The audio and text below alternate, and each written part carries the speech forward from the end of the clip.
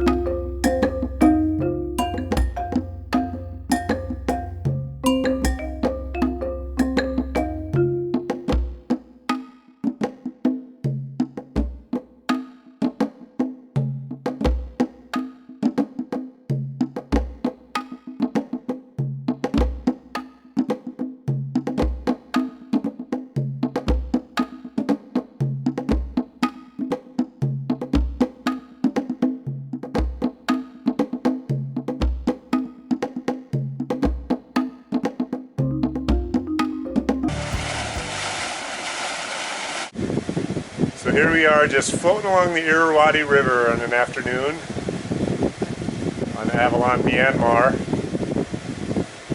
We're heading south on our journey, and it's just so calm and flat. Beautiful green countryside everywhere. It's been an amazing experience so far.